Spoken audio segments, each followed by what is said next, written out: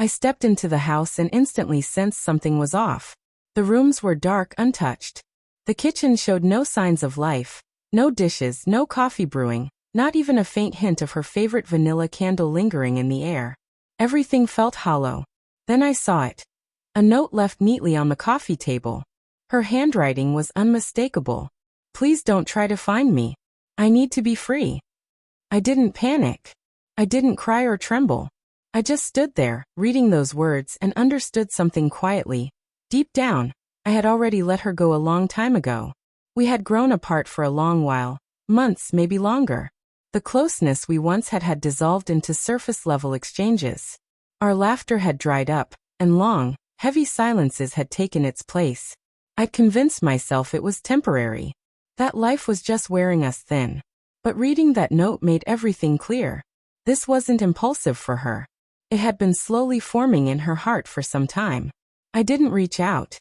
No calls, no texts, no desperate messages to her friends or relatives. I had no desire to chase after someone who had already emotionally walked away. Instead, I went to my study, turned on my laptop, and began filing for divorce.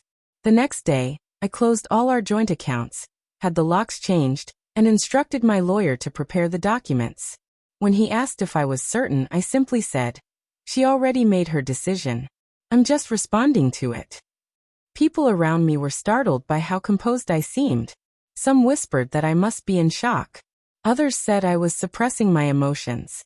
But the truth was, the grieving had already happened.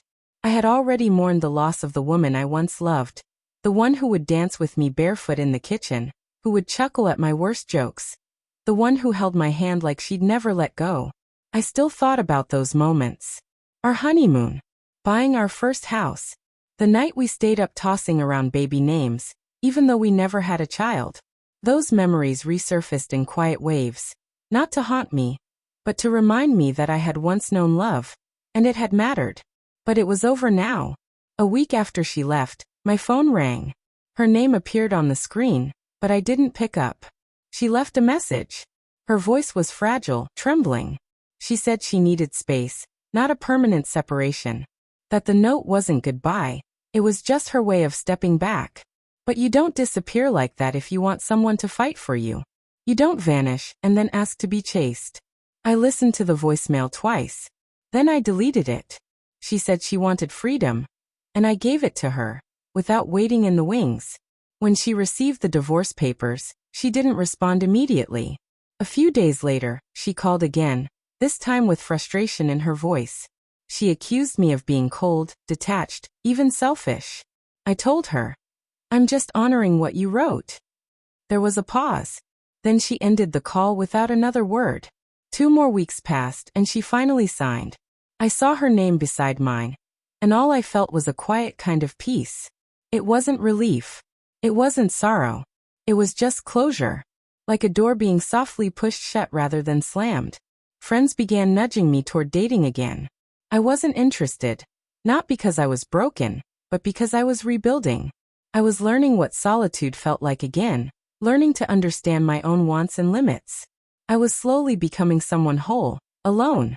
Months later, I ran into her at a bookstore. She looked different. Worn out. Uncertain. We exchanged a few casual words. Then she asked, "Do you ever miss me?" I answered honestly. "I miss who we used to be, not who we ended up as." She gave a small nod, eyes glossy, and said goodbye. I walked away feeling nothing but clarity. No bitterness. No ache.